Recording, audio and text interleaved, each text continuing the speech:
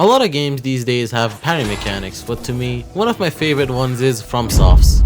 But recently with Elden Ring and Bloodborne, they've kind of ruined their own system. But to understand how they've ruined it, we have to understand what made this system good in the first place. And to me, it's because they abide by these 3 rules. The first one is that parrying should be decently difficult. Not impossible, but it definitely shouldn't be easy.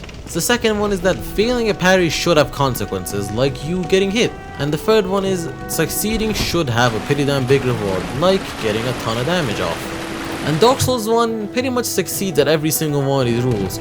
Parry is only 6 frames long, requiring you to have pretty precise timing to be able to get one off. And getting one off makes you feel like a god while also giving you a visceral doing tons of damage. But failing to get one off ends up with you getting bonked in the head. Because of these things, DS1 has a pretty good parry, except with one flaw, shown mostly by the game's final boss, Gwyn. Fighting Gwyn normally is actually decently hard, but the problem is that players realize that every attack Gwyn does is parryable, which leads to players cheesing him by parrying him so hard that he can't even breathe without getting parried. So to combat this flaw, we have to add a 4th rule. Don't make every single attack of a boss parryable. And now we will skip over DS2 and DS3 since they're essentially the same as DS1, and move on to the 2 games that completely failed parrying, being Elden Ring and Bloodborne. These 2 games failed parrying in complete opposite ways, one of them making it way too broken, while the other one makes it completely useless. But let's talk about Bloodborne's first. Some of you may be confused as to why I'm calling Bloodborne's parry bad, because it is really fun to use, and I do agree with that, but the issue here lies with the balancing. The problem is Bloodborne's parry doesn't really follow the first 2 rules at all, except that one time, but we'll talk about that later. Bloodborne's American style parry is firstly incredibly easy, with parry windows being incredibly large, and with the hunters reloading at speeds that are not humanly possible, it allows you to spam the hell out of your gun, making parrying be as simple as spamming L2, and failing to parry doesn't really have any consequences, since you're using a ranged weapon and aren't even close to the attack, meaning unless the boss is doing a long range attack, you will almost never get hit for missing a parry. And the rewards for parries are huge, with viscerals doing insane amounts of damage.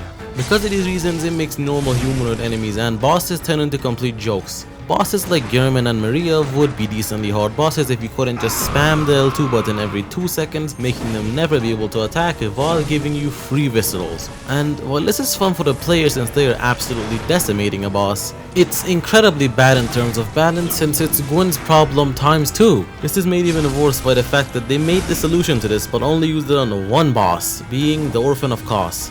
Orphan has a ton of different attacks, and although I'm pretty sure nearly all of them are parryable, because of the mix-up between attack timings and parry timings on him being just incredibly short, it makes him insanely hard to parry.